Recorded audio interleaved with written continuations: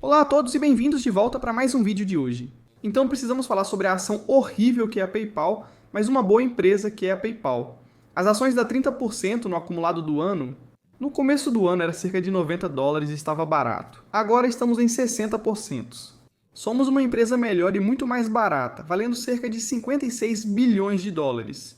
Em PL e crescimento, olhando o passado ou o futuro, tudo está muito barato. Mínimas históricas. Esta é uma empresa que ainda deve crescer tanto na receita quanto no lucro. Esta é uma empresa com um rendimento de recompra de ações de cerca de 10% ou algo assim. Ela também paga um pequeno dividendo, se isso te interessar. Agora, neste vídeo, novamente, vou reexplicar em resumo por que eu possuo essa ação, por que eu errei no timing. Isso é só um problema temporário. Vou explicar o que farei com minhas opções e o que ocorreu. Ou o que foi dito ontem durante a conferência de analistas da Citi que fez a ação cair ainda mais. Agora, além disso, tivemos dois anúncios ontem que passaram despercebidos. 1. Perplexity anuncia produto gratuito para simplificar as compras online. A startup fez parceria com o PayPal antes do lançamento. Isso significa que vai lançar produtos gratuitos de compras com agentes para usuários dos Estados Unidos da América na próxima semana. A startup de inteligência artificial fez parceria com o PayPal antes do lançamento. E os usuários eventualmente poderão comprar itens diretamente de mais de 5 mil lojistas através do mecanismo de busca da Perplexity. Agora, Perplexity. Na última vez que vi, eram 20 a 30 milhões de usuários ativos mensais, então definitivamente não é tão grande quanto o Gemini ou o ChatGPT, mas ainda assim é algo... Recebemos essa notícia e acredito que esse foi o motivo da queda das ações. Infelizmente, o Liverpool tem o PayPal como parceiro oficial de pagamentos digitais. Deixando as drogas de lado, mesmo não gostando do Liverpool, é isso. Ótimo anúncio para ampliar o alcance do PayPal. Se curte esse tipo de vídeo, ative as notificações. A gente agradece muito por isso. Se quiser me apoiar ainda mais, dá uma olhada no link aí na descrição. Acabou indo parar no comentário dos 10 melhores papéis para comprar agora. Acesse fullcom/couchinvestor. Obrigado. Agora vamos focar no que foi mencionado ontem. Alex Chriss participou da conferência de analistas da Citi e disse o seguinte: ele apenas repetiu informações conhecidas e disse que a margem de transações crescerá 6-7% este ano. Compre agora, pague depois deve movimentar 40 bilhões de dólares americanos este ano, crescendo 20% em volume e contas ativas. Venmo está no caminho para ultrapassar Estados Unidos dólares, 2 bilhões em breve. A previsão era atingir Estados Unidos dólares, 2 bilhões só em 2027. Não faz sentido, pois a expectativa este ano é chegar a 17 e isso cresce muito rápido. Venmo. Volume do Pay with Venmo cresceu 40%, volume do cartão de débito cresceu 65% e o negócio PSP cresceu 6% em base neutra de câmbio. O Branded Online cresceu só 5% no terceiro trimestre e o Branded Offline teve 10% de penetração nos Estados Unidos da América no período. Mas isso está dobrando ano após ano. E o 80... Então tudo isso é bom, certo? Tudo isso é bom. Então qual foi o problema? Bem, os problemas já foram mencionados. Na última teleconferência de resultados, as ações quase atingiram $80 após o relatório de ganhos. Só para ficar claro. Então nada muda. Os resultados foram bons. A reação das ações após o relatório de ganhos foi positiva. Claro, agora estamos bem mais baixos, mas isso não muda o resultado ou o sentimento que você tinha em relação a essa ação algumas semanas atrás. Foi isso que eles disseram. Eles estão no processo de desvendar décadas de código legado. Para facilitar o checkout, redesenharam o Pay Sheet. Embora as versões aprimoradas estejam tendo um bom desempenho nos testes iniciais, o ritmo geral de implementação está mais lento do que o planejado. Porque, eu cito, desvendar uma década ou mais de integrações legadas se mostrou complexo. Esse atraso em otimizar o produto principal deles é um obstáculo. O PayPal está mudando de estabilização para ofensiva. Eles sabem que precisam investir forte na monetização do Venmo, expandir o Compre Agora, Pague Depois e novas iniciativas de e-commerce com inteligência artificial para vencer no futuro. Eles vão fazer isso em 2026. Isso trará obstáculos temporários para a margem em dólares e o crescimento dos lucros em 2026. Isso já foi dito na última teleconferência de resultados. Por que repito isso? Pois isso também foi citado ontem e surpreendeu as pessoas. Eles também disseram o seguinte: enfraquecimento da demanda na Europa e nos Estados Unidos. Valores médios de pedidos ou tamanhos de cesta mais baixos. Mesmo com transações estáveis, as pessoas continuam comprando, mas gastam menos por compra. Espera-se que os gastos com software levem a uma desaceleração no crescimento do checkout de marca neste trimestre. que é uma parte significativa do negócio principal. Então, se formos aos comentários de ontem, basicamente foi isso. Ele repetiu a mesma coisa várias vezes. A experiência de checkout com marca melhorada avançou mais devagar do que o esperado, falando sobre o motivo disso. Ele disse: "Sabemos que a nova experiência é bem melhor. Já temos os resultados e dados, falta só a limpeza. Neste caso, é um esforço de vários trimestres, potencialmente de vários anos, para padronizar a plataforma. Eles, claro, foram atrás do maior comerciante deles primeiro. Isso está certo, e agora estão passando por todos os outros."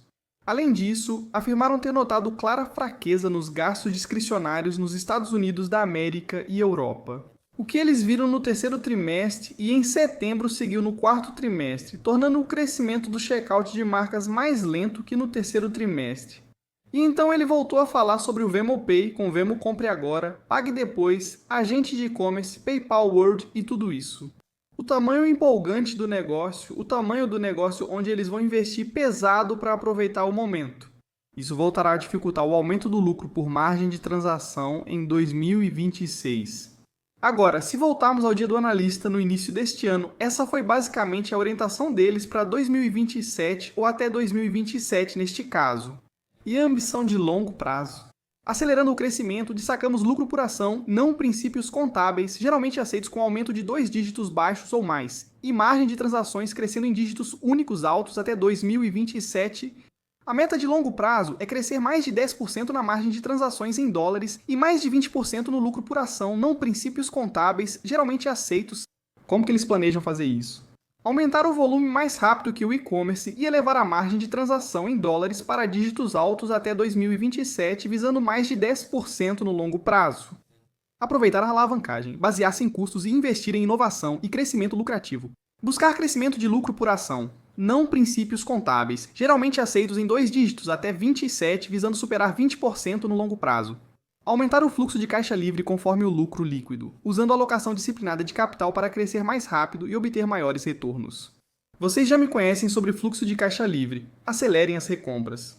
Eu não me importo nem um pouco se no ano que vem tivermos metade das recompras. Mas se tivermos agora Estados Unidos, dólares 5 bilhões em recompras, ou Estados Unidos, dólares 4 bilhões em recompras, ou seja lá quanto for, estou tranquilo, pois o preço de hoje deve ser mais barato que daqui a um ano.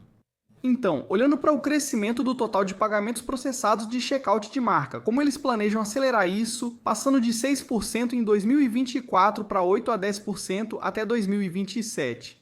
De 1 a 2 pontos percentuais virão da experiência de checkout, escolha do consumidor e crescimento, um ponto do compre agora, pague depois e outro do pague com Venmo. Sabemos que esses dois segmentos estão com desempenho muito bom. Este aqui novamente está mais lento do que o esperado. Agora vemos o PayPal com PL futuro de 107 vezes. Claro, a média dos últimos 10 anos foi muito maior do que isso, mas o PayPal nesse momento estava mais caro e crescendo mais rápido devido à pandemia, porém de forma não lucrativa. O preço sobre fluxo de caixa operacional está em 659, um dos menores já registrados, longe da média. E eu não estou dizendo que a média precisa voltar para 19. Mesmo se voltarmos para 10, o mesmo aqui com o PL. Mesmo se voltarmos para 220 ou 18. Já é uma valorização enorme para ações. Temos um total de ações em circulação que estão sendo recompradas pela empresa trimestre após trimestre. O rendimento de recompra é de 103%. O que, novamente, eu digo isso como alguém que sabe que essa empresa é lucrativa. Gerar o fluxo de caixa livre tem uma grande parte em dinheiro. Use isso para acelerar as recompras. Isso é algo que a Uber fez no início do ano, e eles mesmos disseram isso. Acreditamos estar subvalorizados. Então é por isso que estamos acelerando a recompra, 15 bilhões de dólares em recompras aceleradas no início de janeiro para a Uber. Veja o preço da ação agora. Antes era cerca de 60 dólares, hoje está perto de 90 ou 100. O PayPal deveria estar fazendo a mesma coisa. Quanto ao restante dos negócios do PayPal, o total de pagamentos processados em apenas um trimestre chegou perto de $500 bilhão. Claro, uma grande parte desse total de pagamentos processados vem do negócio de PSP da Braintree, que sim, tem margens menores que o resto, mas agora está crescendo de forma lucrativa. No geral, se você olhar para o crescimento em dólares da margem de transação, sim, esse também foi um dos indicadores em que Alex Chriss realmente focou. Desde que ele entrou, percebe-se que a margem de transação em dólares aumentou. Agora, uma das maneiras de garantir que eles estão crescendo e crescendo de forma lucrativa é garantir isso. Outros serviços de valor agregado, como risco, câmbio e pagamento como serviço, estão crescendo. Você foi aos clientes e eles disseram: precisamos negociar novos contratos. Por isso, o crescimento desacelerou. 1 ou 2 trimestres atrás, o Braintree cresceu só 2%. Mas isso foi intencional. Eles não queriam ver, ok, um grande crescimento nesse segmento, mas é um crescimento não lucrativo. Basicamente, margens negativas, às vezes zeradas. Não faz sentido. Eles renegociaram esses contratos. Alex Chriss disse ontem que nenhum comerciante os deixou, então isso é bom. E agora eles estão crescendo, mas crescendo de forma lucrativa. Você também pode ver isso bem aqui. Os outros serviços de valor agregado estão aumentando. Acredito que isso será um negócio de mais de $1 bilhão para o PayPal no futuro. Tudo isso contribui para o resultado. Ao contrário do que muitos pensam, essa ainda é uma empresa que deve aumentar sua receita e o lucro por ação nos próximos anos fiscais. O número de pessoas usando o PayPal também está crescendo, embora não tão rápido quanto antes, mas está crescendo. O número de transações de pagamento começou a se recuperar. Mesmo com toda a reestruturação, espera-se um crescimento mais rápido e maior lucratividade. Você está vendo isso? A margem operacional está mais alta agora do que estava antes. O lucro operacional também deve continuar subindo nos próximos anos fiscais. Fluxo de caixa livre. Antes, você acharia que o PayPal era um negócio melhor, mas veja o que já ocorreu com o fluxo de caixa livre. Nada tão bom. Agora, nos últimos 12 meses, vemos um crescimento consistente do fluxo de caixa livre. Também considero esses números conservadores, mas espero que o fluxo de caixa livre cresça gradualmente nos próximos anos. Sim, isso servirá para recomprar ações e provavelmente seguir pagando esse dividendo. Você deve ter percebido isso quando falamos sobre o PayPal com Emir, do Emir Type F Capital. Isso foi na época em que o PayPal valia $69 por ação, não faz tanto tempo assim. O valor intrínseco era 110% maior do que quando estávamos. Então, mesmo que você ache que essas suposições aqui, mesmo que você ache isso, a participação de mercado do PayPal em pagamentos digitais está alta, em 137%, apesar da queda em relação aos 155% de 2021. Mesmo que você ache que isso é muito alto e que os 14% no futuro também são muito altos, você pode reduzir isso um pouco, pode reduzir o crescimento da receita se quiser, pode reduzir um pouco a margem operacional também.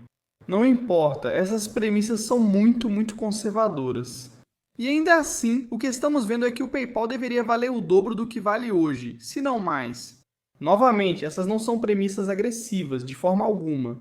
A menos que você realmente não acredite na empresa e ache que ela vai a zero, mesmo com todas as evidências contrárias. Passando para a última parte. E essas são as opções aqui. Então, agora, essas são as minhas opções. Acho que quase todas, exceto talvez uma, estão no vermelho. Transparência total. Estou perdendo dinheiro nelas agora. Após o ótimo relatório de lucros, o mercado nos levou de 80 para 60. Esse é o lance com opções. Sua tese pode estar certa, mas seu timing pode estar completamente errado. Agora, as mais arriscadas, a mais arriscada nesse caso é só a de março, porque ela me fornece um relatório de lucros e uma teleconferência extra. Com as orientações, fica claro que no ano fiscal de 26 talvez não tenhamos os cortes de juros que eu queria. Beleza, vou dar mais um mês para ver como isso se desenrola. Então, se eu perceber que no pior cenário, isso não muda muita coisa. Vou assumir o prejuízo e provavelmente colocar o restante em uma opção de preço de exercício de $90 para 27 de janeiro ou algo em torno de 100. A de junho. Ainda temos bastante tempo, ainda temos 2 trimestres extras, uns 8 meses mais ou menos, então estou disposto a esperar com essa. E em 2027 teremos todo. 2026. Agora, a questão com as de março é que vou ter que ver exatamente quanto potencial de valorização a gente pode conseguir com essas opções aqui. Porque se, digamos hipoteticamente, ainda estivermos em $60 e eu acreditar que podemos chegar a 120 ou $100 daqui a um ano. Então, claro, eu não sei exatamente quando a gente pode chegar nesse valor, mas se chegarmos a 120, isso é um ganho de 2 vezes, simplesmente segurando as ações. Então vira uma questão de, ok, eu só quero possuir as ações, ter meu ganho de 2 vezes, ou eu quero a opção e talvez ter um ganho de 3 ou 4 vezes. Novamente, dependendo de quando atingirmos essas metas, essa vai ser uma questão para daqui a um mês, mas o resto não vou mexer. Agora, o que temos? Basicamente isso, uma situação horrível de novo. Estávamos em $79 após os lucros e agora caímos para $60. Não é por a empresa ser ruim ou por um relatório de lucros ruim, pura e simplesmente porque, bem, o sentimento do mercado mudou completamente, não só para o PayPal, mas também para muitos outros participantes do mercado. Todas as ações de inteligência artificial, tudo caiu. A chance de corte na taxa de juros caiu de 90% para 30% em dezembro. Sim, eles ainda percebem fraqueza no consumidor para o quarto trimestre, que continua caindo. Então, como eu disse aqui, o PayPal estava barato bem aqui no começo do ano, por volta de $94. O PayPal está mais barato e melhor agora a $60. Eu sei que algumas pessoas estão cansadas de ouvir falar do PayPal, mas se eu conseguir que o PayPal supere o mercado no longo prazo, sofrer um impacto negativo temporário na aparência não me incomoda. Porque para mim, o PayPal é uma ação de $300 provavelmente até 2030 ou algo assim. Você vai dizer, você está maluco? Não, não estou maluco nem louco. $300 foi o recorde histórico em 2021, mas agora há bem mais ações em circulação. Se o PayPal fizer tudo certo, então sim, vai se tornar uma ação de $300 no futuro. Tem o tempo, né? Para alguns, 5 anos é muito. Eu acho que pegar uma ação a 60, podendo chegar a 300 em 5 anos, eu acho que isso já é bom o suficiente. Você não acha? Enfim, é isso por hoje nesse vídeo. Se você gosta desse tipo de vídeo, aperte todos os botões e compartilhe suas opiniões aí embaixo nos comentários. E a gente se vê no próximo. Tchau, tchau!